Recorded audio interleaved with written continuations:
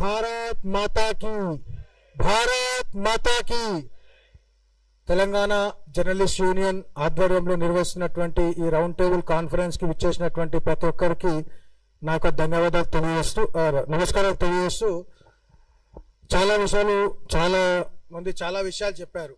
ఇక్కడ స్క్రీన్ మీద కనిపించేటువంటి ఈ తిట్లు, ఈ ఆరోపణలు, ఈ కౌంటర్లు, ఈ అలిగేషన్స్, ఇవన్నీ కూడా వన్ పార్ట్. అయితే సెకండ్ పార్ట్ ఏదైతే ఉన్నదో we have to understand the math behind the second part. దానికి ఒక మ్యాథ్స్ ఉంటుంది. ఇదంతా కూడా ఒక అంతరించిపోతున్న అర్బన్ నక్సల్స్ యొక్క ఆకలి పొలికేక. ఇవంతా ఎందుకు ఆకలి పొలికేక అంటుందంటే, ఈ అర్బన్ నక్సల్స్ కి feeding blood lines, supply lines ఏవైతున్నాయో అవన్నీ కేంద్ర ప్రభుత్వం ఆపరేషన్ కగారుతో కట్ చేసేసింది. ఈ అర్బన్ నక్సల్స్ ఇంత విచ్చలవిడిగా యూనివర్సిటీల్లో, సోషల్ మీడియాలో, ప్రెస్సుల్లో, వార్తాపత్రికల్లో, రకరకాల మాధ్యమాల ద్వారా అర్బన్ నక్సలిజాన్ని పంపింగ్ చేయడానికి ఏదైతే వనరులు అవసరమైనాయో వనరులు మొత్తము ఛత్తీస్గఢ్లో ఉన్నటువంటి అడవులలో, కోల్ మైన్స్లో నుంచి జనరేట్ చేసేటువంటి డబ్బులు, అంటే ఎక్స్ట్రాక్ట్ చేసేటువంటి డబ్బుల నుంచి వీళ్ళ యొక్క ఎక్స్ట్రాక్షన్ వర్క్ నడిచేది. ఈ ఎక్స్ట్రాక్షన్ వర్క్ నుంచి వచ్చే డబ్బుల ద్వారా ఈ అర్బన్ నక్సల్ యాక్టివిటీ నడిపేది. ఆపరేషన్ కగార్ ద్వారా ఆ యొక్క బ్లడ్ లైన్స్, వాళ్ళకు ఒక సప్లై లైన్స్ ఎప్పుడైతే కట్ అయినాయో అప్పటి నుంచి ఎవరైతే పొట్ట మీద కొట్టితే వాళ్ళ బాధ ఉంటుంది కదా, ఆబ్వియస్గా వాడికి కూడు లేకుండా చేసిండ్రు.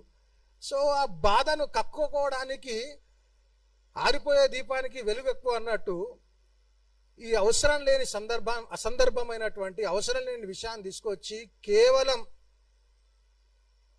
విద్వేషాన్ని రెచ్చగొట్టి 10 సంవత్సరాలు దాటిపోయినటువంటి రాష్ట్రం ఏర్పాటై 10 సంవత్సరాలు దాటిపోయినట్టు ఇప్పటికీ కార్డియల్ గా రిలేషన్స్ మెయింటైన్ చేస్తున్నటువంటి వాటిని రెచ్చగొట్టి అనవసరమైన విషయాలను బయటకు తీసుకొచ్చి ఆ విషయాలు ఏంటిది, ఎవరేం మాట్లాడారు అనేది I'm not going to it. ఎందుకంటే చాలా విషయాలు చెప్పారు.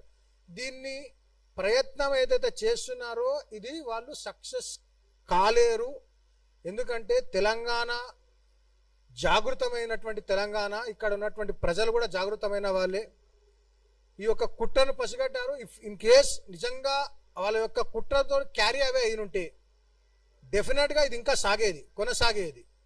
కానీ అది కొనసాగేటువంటి అవకాశం ఎందుకు లేదని అంటే, జాగృతమైనటువంటి సమాజం ఉంది. ఇది అర్బన్ నక్సల్ చేస్తున్నటువంటి ఆఖరి పొలికేక అని అర్థం చేసుకోవాలి.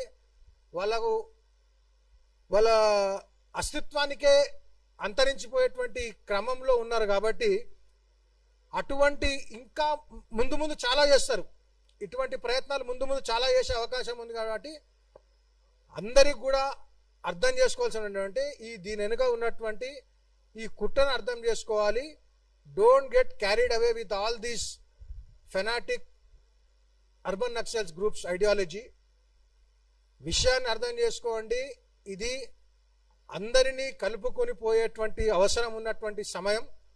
రాబోయే కాలంలో మనం ఇంకా చాలా ఇటువంటి సంఘర్షణలు, సైద్ధాంతిక సంఘర్షణలు చేయాల్సిన అవసరం ఉంది. కాబట్టి చిన్న వాటికి మనం క్యారీ అవ్వ కాకుండా ఇంకా ముందు ఇంకా చాలా సైద్ధాంతిక యుద్ధాలు చేయాల్సి ఉన్నది.